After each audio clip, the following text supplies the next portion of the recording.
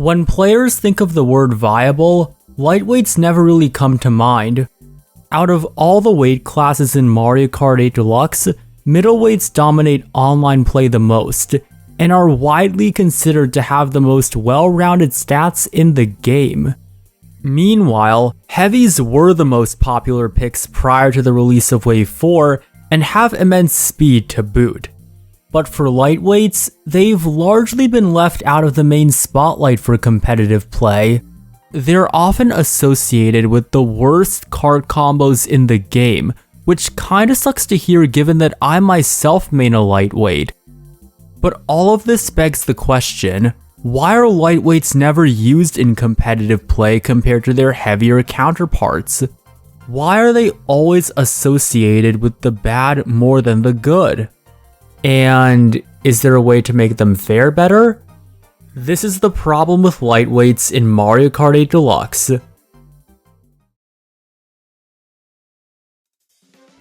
To start, lightweights in Mario Kart are characters that have a weight stat of 3 or less. That is, everyone lighter than or equal to Toad. Some examples include Baby Mario, Dry Bones, Shy Guy, etc.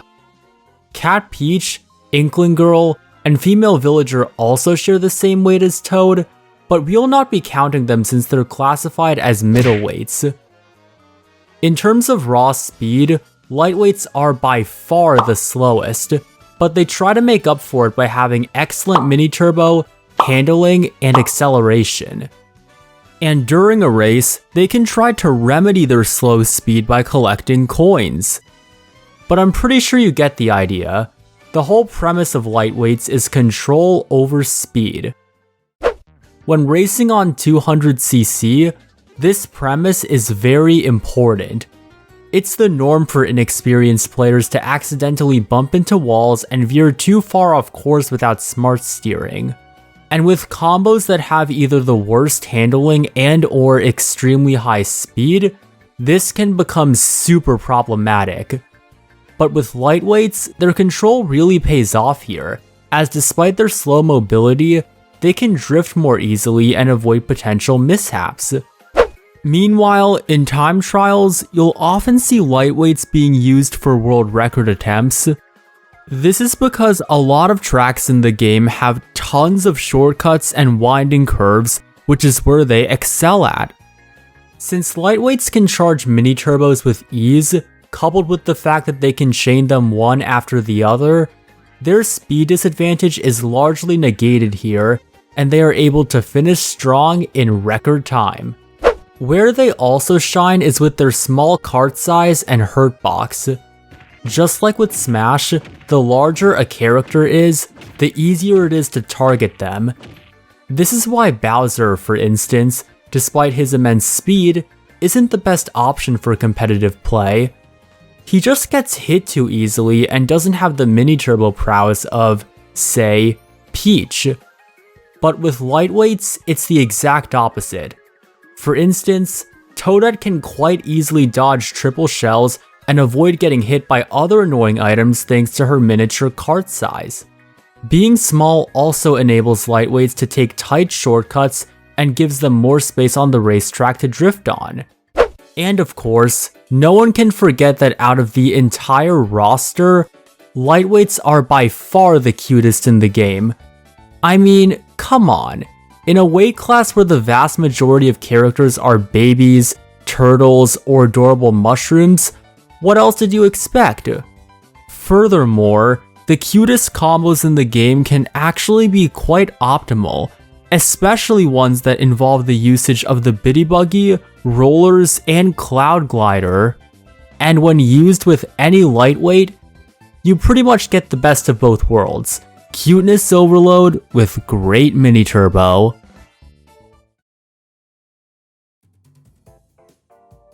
But nonetheless, even with all of these good qualities that lightweights bring to the table, they still seem to be left out of competitive play.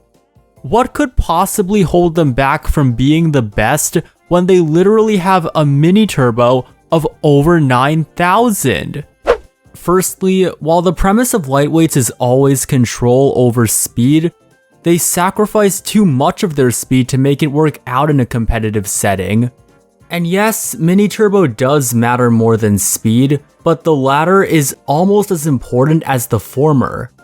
For example, when using a bullet bill, star, or golden mushroom, you don't really get to mini turbo and are heavily relying on speed. This can make stuff like bagging problematic for lightweights because they're too slow. Meanwhile, the middleweights and heavies, like mentioned earlier, don't have to pay that big of a price for having less mini turbo, considering that they have much better speed. Yoshi, for instance, only sacrifices 1 to 2 points of mini turbo in exchange for 3 to 5 points of speed. He even shares the same mini turbo stat as some other lightweights, meaning that there's pretty much no reason to use the latter over the former. Meanwhile, Waluigi, who was the most popular character pre-Wave 4, only had 1 point of mini turbo, but he could make up for this with both his impressive speed and usage of the Wild Wiggler plus rollers, hence why Waluigi Wiggler became the meta. Additionally, the layouts of certain tracks can also work against lightweights due to their heavy reliance on mini turbo. Take Rock Mountain for example. Large swaths of the track are taken up by the long glider section and the waterfall speed boost section, which makes mini turbo useless. Or take Sky High Sundae, which is completely anti-gravity and is pretty much just an excite bike loop with 2 curves on both ends. Again, this makes mini turbo completely useless. This creates a conundrum in which the effectiveness of lightweights heavily depends on the layout of the racetrack. Does the track have more turns and curves? Are the glider sections long? And how many straightaways are there? I think the best way to picture this conundrum is via the footage shown here. As you can see, because this section of the track is a large straightaway, coupled with all the racers being middleweights or better, you can clearly see how my speed disadvantage makes a huge difference. Because those who are heavier don't sacrifice too much speed, they can adapt more easily to the extreme variation in the layouts of certain tracks throughout the game. There's also the fact that lightweights tend to function like a glass cannon. While they do have a small hurt box, they're still very easy to bully and knock off the racetrack. This is especially problematic on the rainbow roads, which lack wall protection and leaves them wide open to being pushed around by other racers. Additionally, if you get knocked off, you're gonna have a much harder time than most when trying to catch up to the front of the pack. Mini turbo chains don't really work when you're at the back of the pack, so that only leaves items. And we already covered how those with better speed inherently move way faster with items compared to lightweights. So yeah, while it's not completely impossible for them to catch up, it's still way easier said than done. And most importantly, playing optimally with lightweights is much harder online compared to time trials. Most tend to assume that racing in time trials and online play are similar, but it's actually the complete opposite. Online play has rampant lag, crowds of Ditto players, constant item chaos, and tons of bagging. 200cc is also way less common than 150cc, meaning that they aren't able to leverage their optimal stats as much. Not to mention the immense level of stress that is put on the player from experiencing all of that at once. You aren't able to chain your mini turbos as optimally, and you're much more prone to falling behind. Meanwhile, those sticking with the best online combos will face all of the above, but again, they fare better in disadvantage solely because of their speed.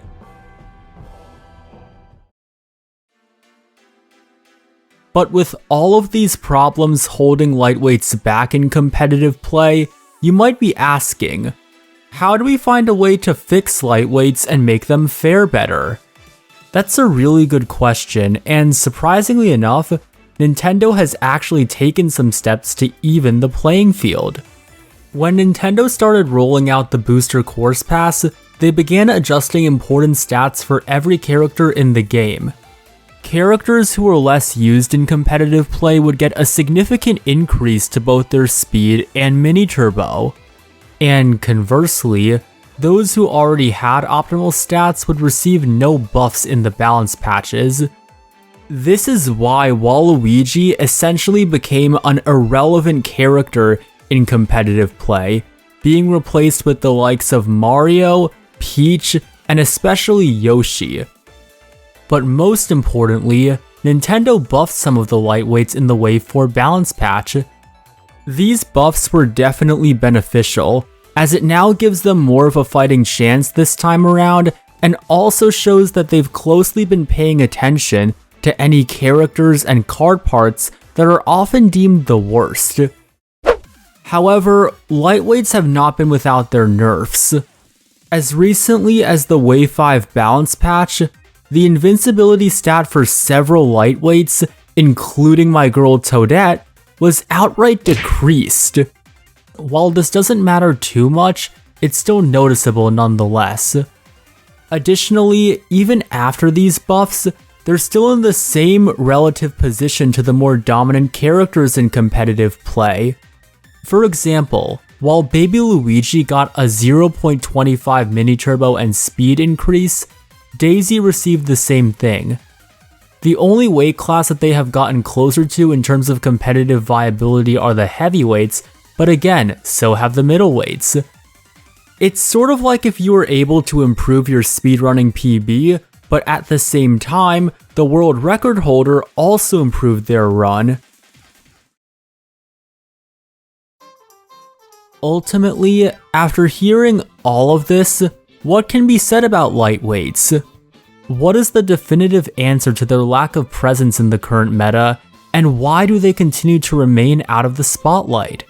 Essentially, the lack of lightweights in online play can be attributed to these factors: lack of speed, track layout, bumping, and just the sheer chaos that one experiences online. Maining them also requires more technical skill, and it's simply easier for players to choose characters with more balanced stats. These significant factors make it harder for them to perform well in a race compared to time trials, and they aren't able to leverage their usefulness on 200cc because it's way less common compared to 150cc.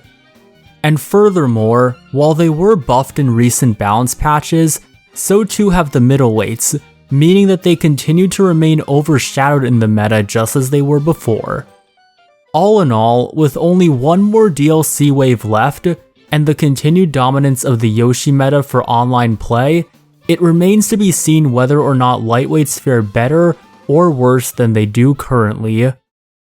But to end the video off on a positive note, while lightweights do have their shortcomings here and there, that's not to say that they are complete garbage for online play.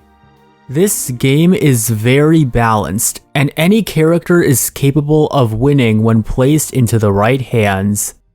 The challenge of maining a lightweight can even make your wins feel much more satisfying compared to the cakewalk of winning with the best combos. And despite their uncommon presence, there are still some notable players who are willing to defy all odds and use them anyway. For example, TWD98, one of the most popular Mario Kart YouTubers, frequently uses Dry Bones as one of his mains in addition to sticking with the meta. As for me, well, you'll know who I love more than anything.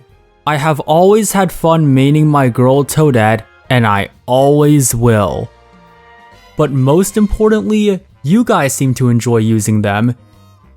It feels great to see more people actually putting in the effort to use characters who deserve a little more recognition in the current meta. And if maining lightweights brings a smile to your face, how bad can they be?